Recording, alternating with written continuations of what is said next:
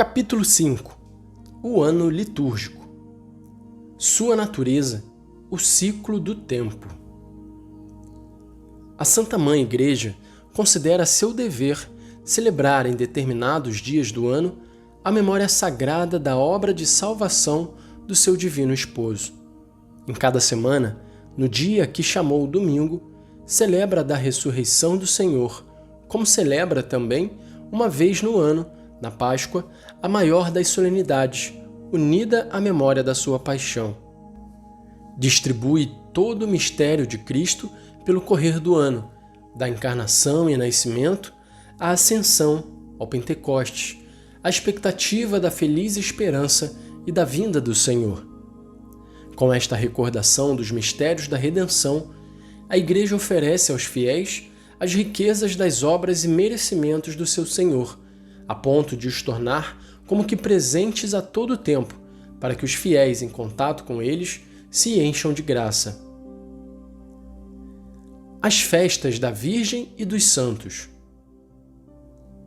Na celebração deste ciclo anual dos mistérios de Cristo, a Santa Igreja venera com especial amor, porque indissoluvelmente unida à obra de salvação do seu Filho, a bem-aventurada Virgem Maria, Mãe de Deus, em quem vê e exalta o mais excelso fruto da redenção, em quem contempla, qual imagem puríssima, o que ela, toda ela, com alegria deseja e espera ser.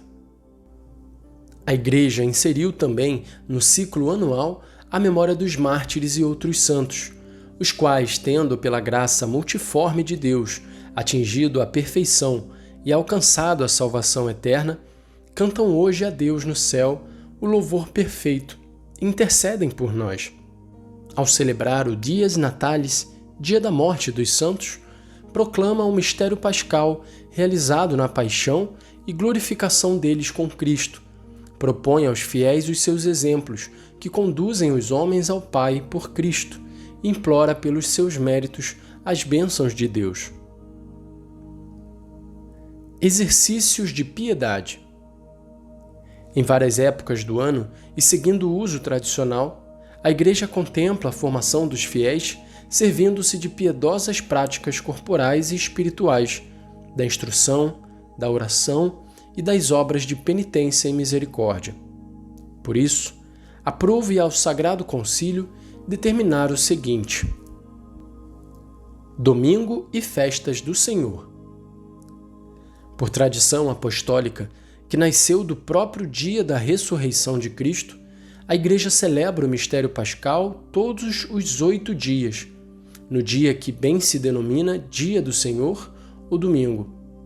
Neste dia, devem os fiéis reunir-se para participarem na Eucaristia e ouvirem a palavra de Deus, e assim recordarem a paixão, ressurreição e glória do Senhor Jesus, e darem graças a Deus que os regenerou para uma esperança viva pela ressurreição de Jesus Cristo dentre os mortos.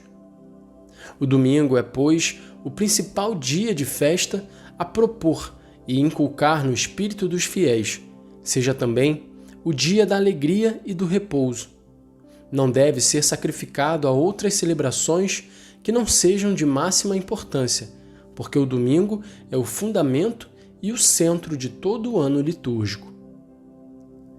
Reveja-se o ano litúrgico de tal modo que, conservando-se ou reintegrando-se os costumes tradicionais dos tempos litúrgicos, segundo o permitirem as circunstâncias de hoje, mantenha o seu caráter original, para com a celebração dos mistérios da redenção cristã, sobretudo do mistério pascal, alimentar devidamente a piedade dos fiéis. Se acaso forem necessárias adaptações aos vários lugares, façam-se segundo os artigos 39 e 40.